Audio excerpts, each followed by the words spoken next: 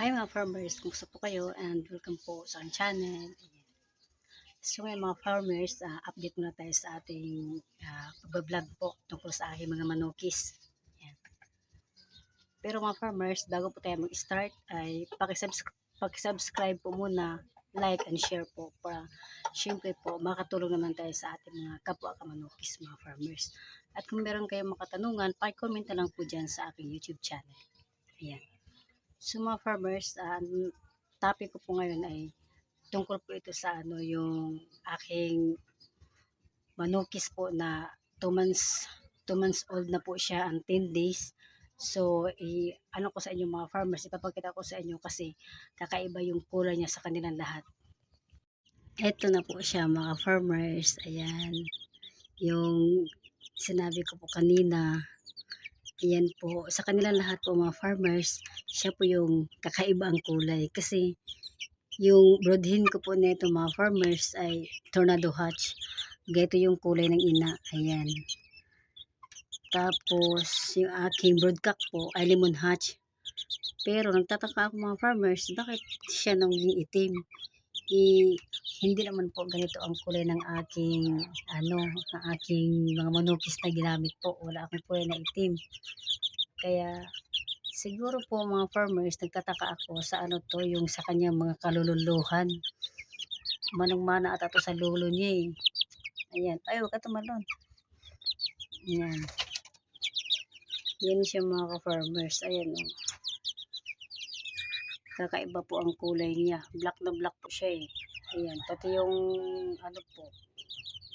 pati yung paa niya na kulay black, nagiging dilaw na rin. Yan po. Yan siya mga farmers. Sa kanilang sa kanilang lahat po. Ito lang siya ang kakaiba. Ayan. Ito siya. Ayan o. Tangkad pa naman nito eh. Ayan. Kaya sabi ko, baka nagmana to sa side ng aking broodcock na sa kanyang lolo. Ayan o. Ito naman yung mga kasamahan niya, kulay brown. Yan po. Yan po yung 10 days at 2 months and 10 days.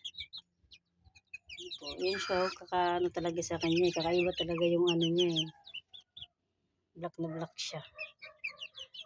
Kaya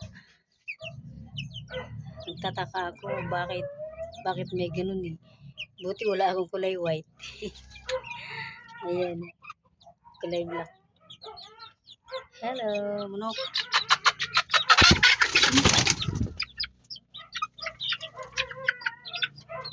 Takot naman ko sa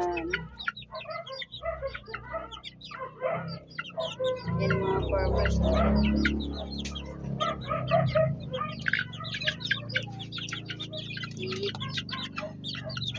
Ito siya mga farmers. Ayan sura niya.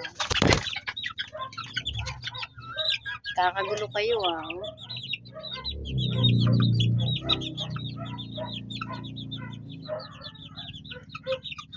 Yung aking manukis na ito mga farmers, 2 months and 10 days. Ganyan siya kalaki. Yan. Mga ka-farmers, nilabas ko po yung aking si Itiman, kumbaga, kasi ang tawag ko nito is si Itiman ng mga farmers. Ayan no.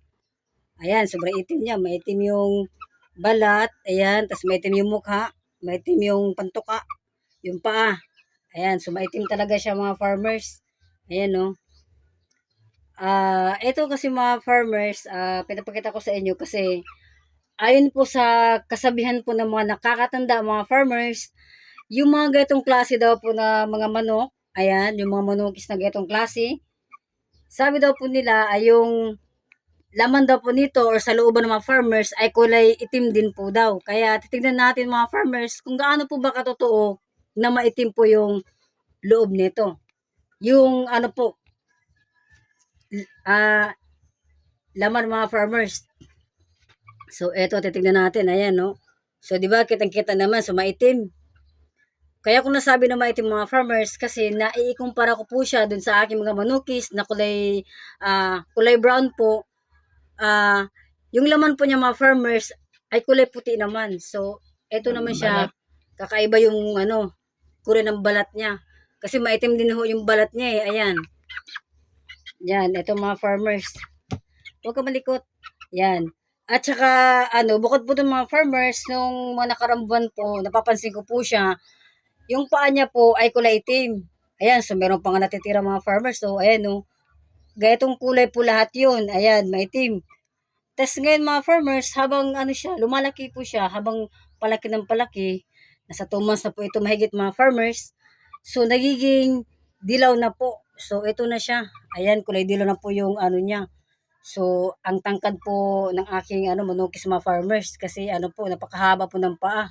Nasa high quality po talagang paa nito mga farmers. So, tignan nyo po, kitang-kita nyo naman. So, kung gaano siya katangkad. High station. High station po pala mga farmers.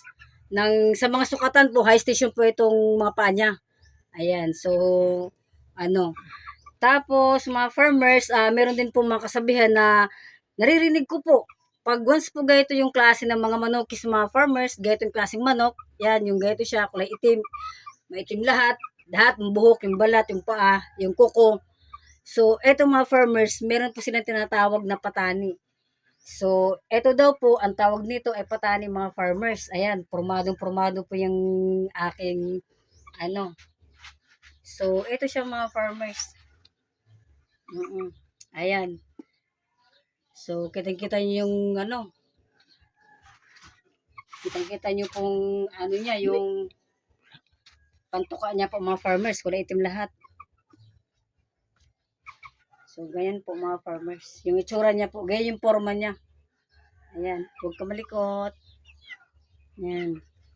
Oops. Huwag ka malikot.